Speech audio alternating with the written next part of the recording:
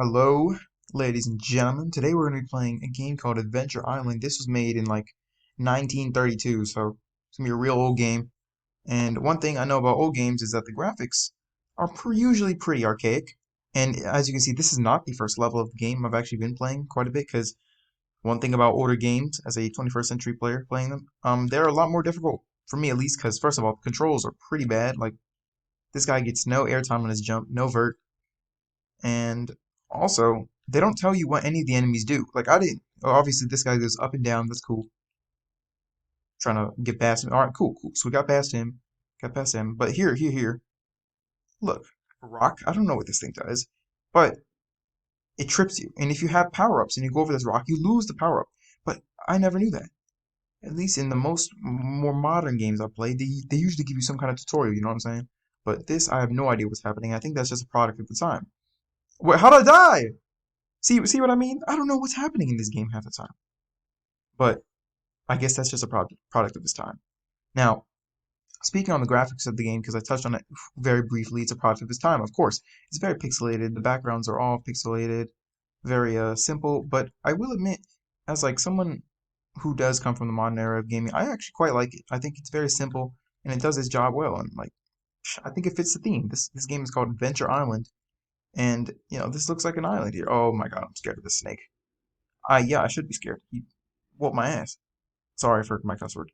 But yeah, the graphics are a product of its time, but I think the simplicity and the pixels in the background, it reminds me a lot of Mario in a sense, like the old Mario Sonic games where, you know, they're simple, but they get their point across in a very nice animated style. And I think the same thing can apply to this game.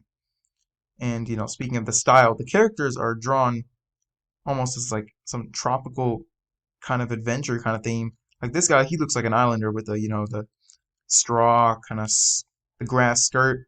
He looks like a dude who would be on Adventure Island. It makes sense. And I think that fits here. You saw that snake on the other side. You guess there's some spiders hanging from thin air, I guess. And that's cool. I enjoy it. And it makes sense a lot. And you can even see these like pineapple rocks. I guess that's what they mean by tropical. I'm not sure. But yeah, those are the characters in the game, and that fits the scenario of this game as well, which is primarily based on, being on Adventure Island. I assume the main character was maybe stranded on here, or he's looking for treasure on here. So that's why he's going through all these, these environments.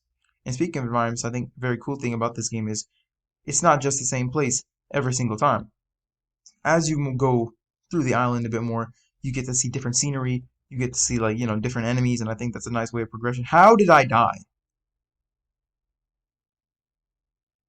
Uh, well, maybe maybe I ran out of time, perhaps? I'm not sure, and that kind of leads into another problem I have with this game. I never know what's happening, like at all.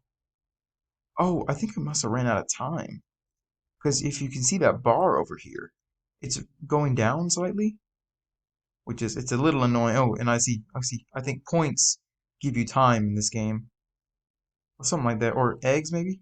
I'm not sure, but yeah, that's the gist of it. And the controls in this game are so bad for me, but we'll get used to it. But yeah, that's my gist on the scenario of this game. I think it's very interesting. I will say though, I've never played this game before, so I'm not familiar with the story or anything. I assume it does not get any more complex from here on out. I assume that like this is just like you're just gonna keep going through the levels. You're gonna see whatever treasure you can find, and I just beat level one. That's nice. And again, even as this stage ends, you can see like Mario, you got to jump on the flag and you go in there. You have like a power up little box. Sonic, same thing. It's very similar to those kind of games, and I think that's interesting. But now, talking about the game as a whole, keep my final thoughts. I think the graphics look nice for what it is. I think it's, definitely it's either before Mario or after. I think it's after. But you can see like Yoshi, that blue dinosaur, Yoshi inspiration. That thing's got to be Yoshi. Definitely taking from the popular games of its time period. And the characters I can't say too much about. They're very simple. Very simple, like, They're kind of cutesy. This blue dinosaur is kind of cute, kind of adorable, just a little bit.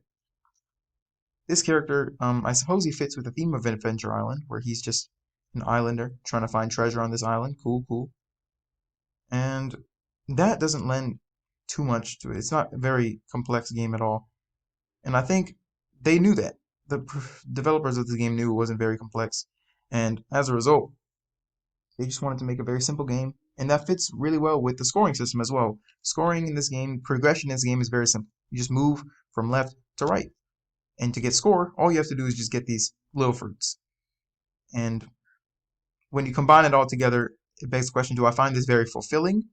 Not really. Probably because I suck at this game, but also because it's just a game at the end of the day. And one thing I will say, this game has like no platforming like at all for some reason. Like look, this level is a perfect example of this. This is just me going from left to right, and obviously that is the standard for a platform game. But you need to have variance in your left or right. You need to have obstacles, more obstacles than just, jumping over a random enemy or maybe going under it. It doesn't feel very fulfilling. And while this game does seem like a game that would be similar to Mario or Sonic, I think it just doesn't have enough details in its presentation, enough complexity, and I think that just takes away from the product as a whole. So yeah, that's my thoughts on Adventure Island. I didn't really enjoy my time playing it, but that's probably because I'm not good at the game, to be fair. But I think what it was trying to do for the time period, you could see the vision, and I think it fulfilled the vision to an extent. But I think in in the modern kind of games, compared to modern games where you know we were trying to keep up with everyone's like shortening attention span, you need something besides just going from left to right, to keep someone's attention to really keep them fulfilled in the game. And those are overall my thoughts on this game. Thank you.